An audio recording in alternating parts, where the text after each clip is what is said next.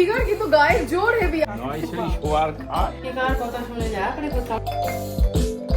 নমস্কার সবাইকে, আমি সুস্মিতা। আমাদের নতুন আরেকটি ভিডিওতে তোমাদেরকে অনেক অনেক স্বাগত জানাই। আশা করি তোমরা সবাই খুব ভালো আছো। বৃহস্পতিবারের সকাল, বাজে এখন 9:30। 9:30টার মধ্যে উঠে একদম রেডি হয়ে গেছি। প্রত্যেক বছরের জামাই ষষ্ঠী আমাদের বাড়িতে ভীষণ স্পেশাল ভাবে পালন করা হয়, কারণ আমার বাবা মার এই মুহূর্তে একটা মাত্র জামাই, আর সে তো মানে আমার বাবার কাছে সে হচ্ছে বাবা জীবন বলে কথা। তো বাবা জীবন তার শ্বশুর শাশুড়ির জন্য জামাই ষষ্ঠীর অনেকদিন আগে থেকেই গিফট কিনে রেখে দিয়েছে। সেটা আমার বাড়ির গ্যারেজে এখানে পড়ে আছে। তো আজকে যাচ্ছি সেই গিফটটাকে বাবা মার কাছে দিতে। একদম ওরা পুরোপুরি ক্লুলেস, ওরা জানেই না ওদের জন্য কি কেনা হয়েছে। মা তো কন্টিনিউয়াসলি আমাকে ফোন করে জিজ্ঞেস করছে, বল না কি কিনেছিস, বল না, আমাকে বলবি না। কিন্তু আমি বলিনি, কারণ আমি যদি বলে দিতাম দেবজিৎ মানে আমাকে পুরো খালাস করে দিত। যদিও তোমরাও জানো না এখনো, ফ্যান অফ করে ব্লগ নিচ্ছি, রীতিমতো ঘামছি। যদি তোমরাও জানো না এখনো যে আমি মানে আর কি দেবজিৎ মা বাবার জন্য কি গিফট কিনেছে, তোমাদেরকেও দেখাই যে দেবজিৎ বাবা মার জন্য জামাই ষষ্ঠীতে কি গিফট কিনেছে। হ্যাঁ রে, গিফট কই?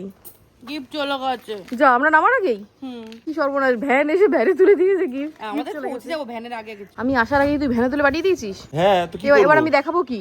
যেতে যেতে দেখাবি, আমি ধরে নেবো এক্ষুনি। ভ্যানের কত জোরে যাবে, আমার থেকে আগে চলে যাবে। আমরা বাড়িতে চলে এসেছি, কিন্তু ভ্যানওয়ালার এখনো কোনো পাত্তা নেই। সে কোন রাস্তা দিয়ে গেছে ভগবান জানে। এখন ওয়েট করছি। কাকু কি আছে কাকু? কি আছে? তোমার আরামপ্রিয় জিনিস আছে, কি আছে কাকু? নয় সেই শোয়ার খাট। ও শোয়ার খাট নাকি?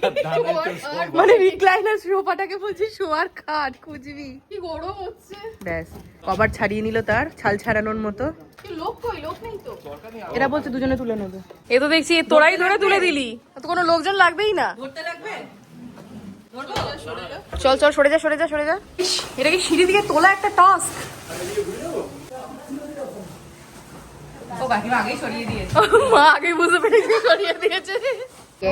এই একদম পুরো খাপে খাপ রে। কেমন লাগলো? লাগলো তো খুব ভালো, মাল্লুটাও তো খুব ভালো। ও ঠিক আছে। গিফটে টাকা চিন্তা করতে নেই। আর বসো না, বসে দেখো না কিরকম ব্যাপারটা। দেখো কমফোর্টেবল। আমি বসছি, তুমি বসো। আগে তুমি বলো কমফোর্টেবল? এটা আপনার জন্যই, বসে বসে খেলা দেখতে পারবেন। এই মা কোথায় গেল? বসো তুমি মা। প্লাস্টিকটা রাখতে গেছে। বল কেমন লাগলো? ওই আর এক ওই দিয়ে আর দেয় না। নরম কিনা দেখো, তুমি না দুবার দেখো। একবার এখানেই শোবে। হ্যাঁ কমফোর্টেবল। খুব শক্তও নয়, খুব নরমও নয়, যাতে তুমি ঢুকে যাবে ভেতরে। বসতে বসতে বসতে বসতে আবার হ্যাঁ এত বড় বড় নতুন খরচে স্ক্রিন তো। তুমি এরকম ভাবে। এটা 2000 টাকা নিয়েছে। হ্যাঁ 2000 টাকা। আমি দিচ্ছি, আর একটা এনে দিই। বলছি একটু রেস্ট নিয়ে নিয়ে কাজ করো না, সোফা তোমাকে এক্ষুনি সেট করতে হবে। রেস্ট নেওয়া যাবে না, আগে থাকতে কাজ করে রেস্ট করো। কি থাকবে এখানে? ফ্রিজটা? না ওই এটা কতবার মাকে বলি ধজা মেশিনটাকে রাখবে না, কেন আমার কথা শুনবে? কি রে, সরে এলি ওখান থেকে? স্ট্রোক হয়ে যাবে আমার।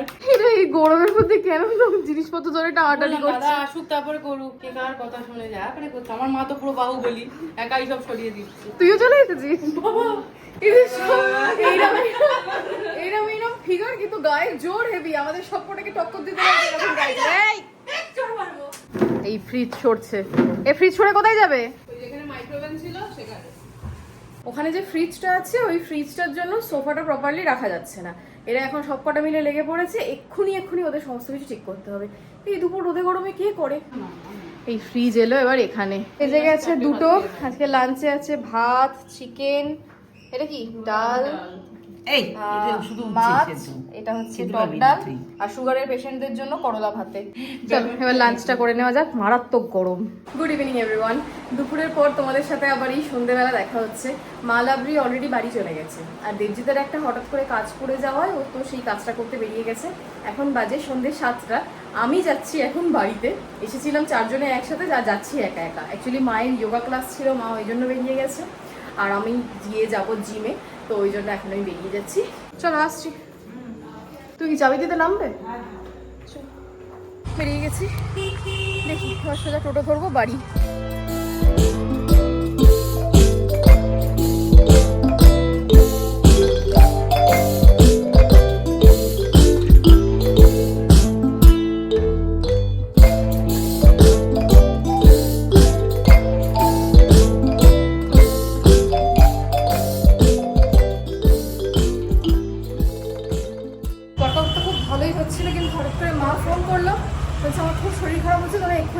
হাত পা কাঁপছে, আমি আর লাভলি এক্ষুনি বাড়ি যাচ্ছি। লাভলি গেছে স্কুটি আনতে। এখন পেশেন্টের মুখে একটু কথা ফুটেছে, এতক্ষণ পেশেন্টের মুখে কোনো কথাই ছিল না, একটা লাড্ডু খেতে গিয়ে করছে দেখো। বাপরে, আরে তো ড্রাই ফ্রুটস লাড্ডু তো এরকমই হয়। এ দেখ এখান থেকে না মুক্কা মারবো একটা, জল দিয়ে খা। মার শরীর এখন আগের থেকে অনেকটা ঠিক হয়েছে। মারাত্মক সুগার ফল করে গিয়েছিল, আমরা মেশিনে মেপে দেখলাম 50 দেখাচ্ছে সুগার। মানে যে কি কি আমরা বাড়িতে ছিলাম না, একা ছিল, যদি ফট করে পড়ে যেত একটা বিশাল বড় দুর্ঘটনা হয়ে যেত। যাই হোক বেঁচে গেছি এইবারের মাত্র। এখন অলরেডি বেজে গেছে 11:30। আমি জাস্ট স্নান টান করে ফ্রেশ হয়ে এলাম, আমাদের ডিনারও কমপ্লিট হয়ে গেছে। প্রচণ্ড ব্যস্ত থাকার কারণে আমি কিচ্ছু আর মাঝখানে কিছু শ্যুট করতে পারিনি। তাহলে চলো আজকের মতো ভিডিওটা এখানেই শেষ করছি। যদি ভালো লেগে থাকে তাহলে প্লিজ একটা লাইক করে দিও, সবার সাথে শেয়ারও করো, আর কমেন্ট করে জানিও তোমাদের ভিডিওগুলো কেমন লাগছে। আজকের মতো টাটা, দেখা হবে আবার অন্য কোনো ভিডিওতে। Good night.